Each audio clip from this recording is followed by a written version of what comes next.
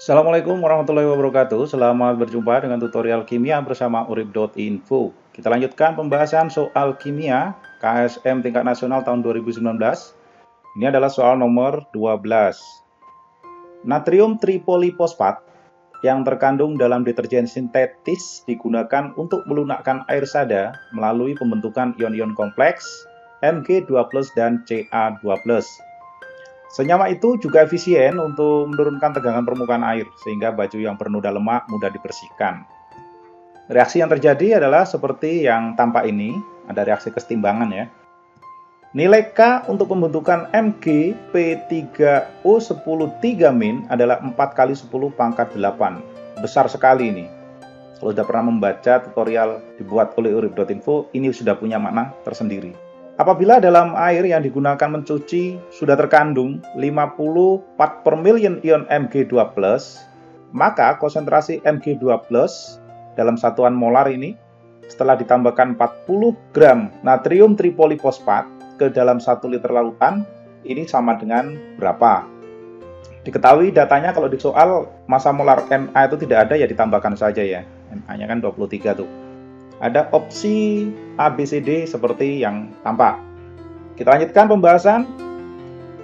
Yang pertama, kita tahu bahwa reaksi ini merupakan reaksi kesetimbangan dengan nilai K yang sangat besar. Nilai K yang sangat besar ini sebenarnya punya makna bukan lagi sebagai reaksi kesetimbangan, tetapi reaksi yang berkesudahan. Karena nilainya sangat-sangat besar. 4 kali 10 pangkat 8 itu kan besar sekali. Oke, sekarang kita hitung konsentrasi Mg2+ mula-mula ini. Jadi massa Mg-nya adalah 50 ppm, part per million itu sama dengan miligram. Sehingga kita peroleh angka, kalau kita konversi ke gram, hasilnya adalah 0,05 gram. Selanjutnya, kita hitung jumlah molnya, jumlah mol Mg2+, berarti kan massanya dibagi massa molar. Sehingga kita peroleh angka ini. Angka ini adalah hasil pembulatan. Sebenarnya ini adalah 2,08 sekian, tapi kita bulatkan saja. Nah, selanjutnya kita hitung konsentrasi Mg2+ mula-mula. Konsentrasinya adalah jumlah mol Mg2+ dibagi volume. Volumenya tadi 1 liter, berarti kan sama dengan ini. Berikutnya adalah menghitung konsentrasi dari P3O10(5-). Ini kan nilainya dari yang diketahui di soal sama dengan nilai ini. Ini kan kalau kita uraikan kan menghasilkan P3O10(5- sebanyak 1 kan, makanya nilainya akan sama dengan ini. Berarti massa dari Na5P3O10 yang 40 gram dibagi massa molarnya. Massa molarnya sebesar ini, sehingga kalau kita hitung dan dibagi 1 liter volume, memperoleh angka ini. Ini sebenarnya hasilnya adalah 0,108, tapi kita bulatin saja seperti ini. Oke. Inilah yang kita gunakan untuk menghitung keadaan awalnya. Karena nilai K sangat besar, seperti tadi sudah dikatakan, berarti kita punya asumsi reaksi itu berkesudahan. Reaksinya tidak lagi setimbang. Sekarang kita lihat bandingannya. Konsentrasi dari Mg2+ dengan P3O10(5- ini kan lebih kecil. Kalau lebih kecil berarti yang habis, yang ini akan habis nih. Ini langsung habis bereaksi. Sehingga kalau kita tuliskan di dalam persamaan reaksi yang ada, akan seperti ini. Ya kan? Mula-mula sekian, yang ini sekian. Terus, ini akan habis bereaksi karena berkesudahan. Anggapan kita berkesudahan karena nilainya besar sekali. Maka, berdasarkan perbandingan koefisien, ini 1, dan ini 1. Maka kalau ini habis sebanyak ini, maka yang ini pun sama. Jadi, kita peroleh pada saat akhir, ini habis, sebenarnya bukan setimbang ya, ini habis. Hasilnya adalah ini, 0,108. Ini boleh juga nanti kalau kita mau bulatkan seperti ini ya. Nah, inilah yang kita gunakan untuk menghitung keadaan awal untuk reaksi kesetimbangan berikutnya. Sehingga kita peroleh model persamaan reaksi yang model seperti ini. Mengapa arahnya ke kiri?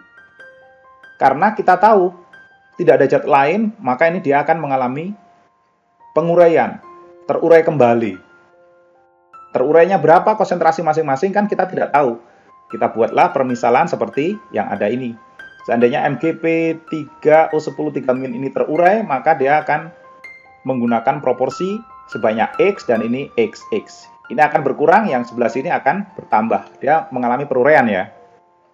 Selanjutnya kita bisa dapatkan persamaan baru seperti yang ada ini. Nah, inilah nanti yang kita gunakan untuk menghitung nilai K pada keadaan akhirnya. Jadi kita substitusikan angka-angka yang ada. K sama dengan 4 kali 10 pangkat 8 karena besar sekali tadi. Kemudian kita dapati persamaan ini. Lalu kita punya asumsi nih. Karena tadi kan habis, kemudian dia mengalami peruraian kembali. Anggapan kita adalah X-nya ini sangat-sangat kecil. Kalau sangat kecil berarti kan 2,1 kali 10 pangkat min 3 dikurangi 0. Kan dianggap sangat kecil ya. Yang ini juga sama. Kalau ini kita anggap sangat kecil, maka nilainya akan kita peroleh persamaan baru. Seperti yang ada ini.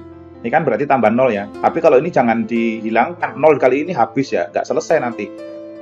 Nah, sekarang kita peroleh persamaan baru seperti ini. Selanjutnya kita tentukan nilai X. Nilai X itulah nanti yang kita sebut sebagai konsentrasi Mg2+. Ini kita pindah ruas yang ini ya.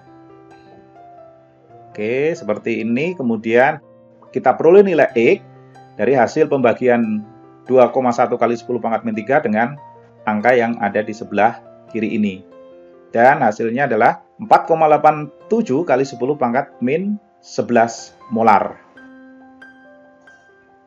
Jadi inilah yang kita sebut sebagai konsentrasi Mg2+ setelah kita tambahkan natrium polifosfat tadi. Sekarang kita periksa ke soal sebelumnya. Di soal sebelumnya kita dapatin opsi yang ada. Jadi kalau begitu yang paling mendekati itu adalah yang ini, yang D. Itu jawaban yang benar.